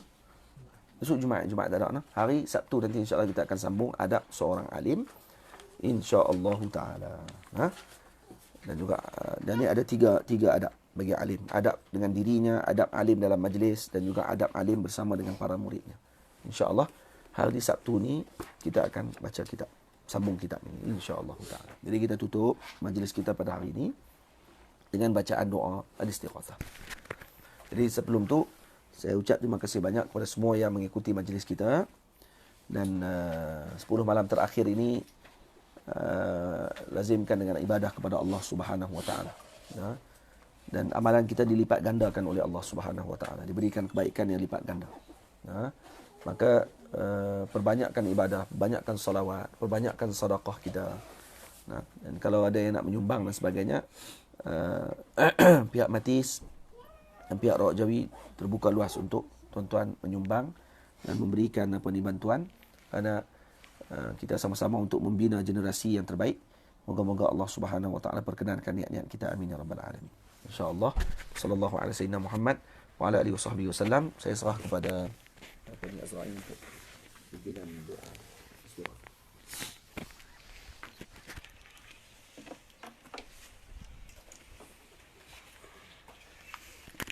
الفاتحة. أعوذ بالله من الشيطان الرجيم. بسم الله الرحمن الرحيم. الحمد لله رب العالمين الرحمن الرحيم مالك يوم الدين. إياك نعبد وإياك نستعين. اهدنا الصراط المستقيم صراط الذين أنعمت عليهم غير المغضوب عليهم ولا الضالين آمين. بسم الله الرحمن الرحيم. يا من إلى رحمته المفر ومن إليه يلجأ المضطر، ويا قريب العفو يا مولاه، ويا مغيث كل من دعاه. بك استغثنا يا مغيث الضعفاء، فحسبنا يا ربي أنت وكفى. فلا أجل من عظيم قدرتك ولا أعز من عزيز سطوتك. لعز ملكك الملوك تخضع، تخفض قدر من تشاء وترفع. والأمر كله إليك رده، وبيديك حله وعقده. وقد رفعنا أمرنا إليك، وقد شكونا ضعفنا عليك. فارحمنا يا من لا يزال عالما بضعفنا ولا يزال راحما. انظر إلى ما مسنا من الورى، فحالنا من بينهم كما ترى. وقد قل جمعنا وقل وفرنا، وانحط ما بين الجموع قدرنا. واستضعفونا شوكة وشدة، واستنقصونا عدة وعدة. فنحن يا من لا بجاهك الذي لا يغلب. إليك يا غوث الفقير نستند، عليك يا كهف الضعيف نعتمد. أنت الذي ندعو لكشف الغمرات، أنت الذي نرجو لدفع الحسرات. أنت العناية التي لا نرتجي، حماية من غير بابها تجي. أنت الذي نسعى بباب فضله، أكرم من أغنى بفيض نيله. أنت الذي تهدي إذا ضللنا، أنت الذي تعفو إذا زللنا. وسعت كل ما خلقت علما ورأفة ورحمة وحلما. وليس منا في الوجود أحقر، ولا لما عندك منا أفقر. يا واسع الإحسان يا من خيره عم الورى ولا ينادى غيره. يا منقذ الغرق ويا حنان، ويا منجي الهلك ويا منان. ضاق النطاق يا سميع يا مجيب، عز الدواء يا سريع يا قريب. وقد مددنا ربنا الأكفا، ومنك ربنا رجونا اللطفا. فالطف بنا فيما به قضيت، وردنا بما به رضيت. وأبدل اللهم حال العسر باليسر، وامددنا بريح النصر. واجعل لنا على البغاة الغلبة، واقصر أذى الشر على من طلب. واقهر عدانا يا عزيز قهرا، يفصم حبلهم ويصمي الظهر. واعكس مرادهم وخيب سعيهم، واهزم جيوشهم وأفسد رأيهم. وعجل اللهم فيهم نقمتك، يا ربي يا ربي بحبل عصمتك قد اعتصمنا، وبعز نصرتك. فكن لنا ولا تكن علينا، ولا تكلنا طرفة إلينا. فما أتقنا قوة للدفع، ولا استطعنا حيلة للنفع. وما قصدنا غير بابك الكريم،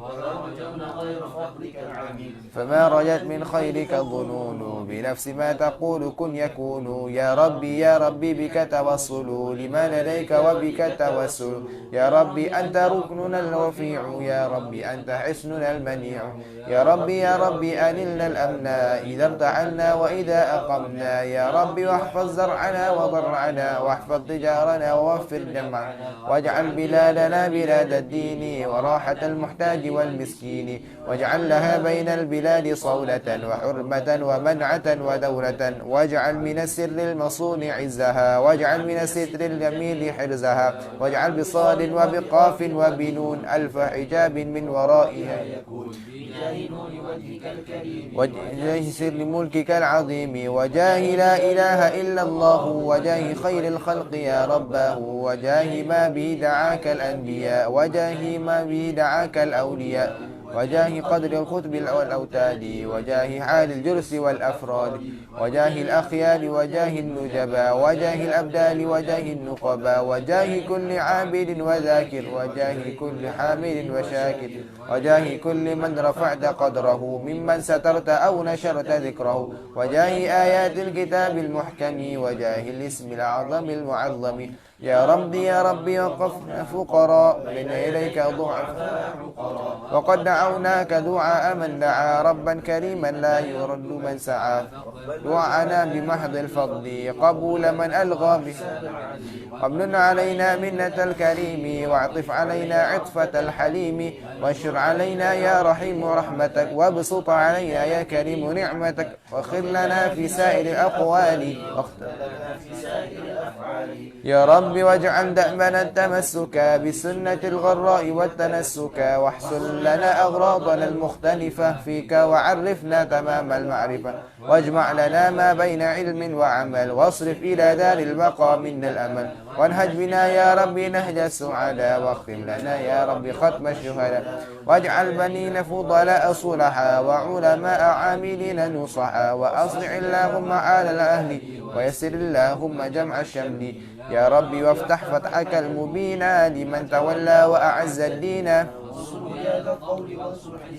واملأ بما يرضيك عنه قلبه يا ربي وانصر ديننا المحمدي واجعل ختام عزه كما بدي واحفظه يا ربي حفظ العلماء وارفع منار نوره إلى السماء واعف وعاف واكف واغفر ذنبنا وذنب كل مسلم يا ربنا وصل يا ربي على المختار صلاتك الكاملة المقدار صلاتك التي تفي بأمره كما يليق بارتفاع قدره ثم على الآل الكرام وعلى أصحابه الغر ومن لهم تلا والحمد لله الذي بحمده يبلغ ذو القصد تمام قصده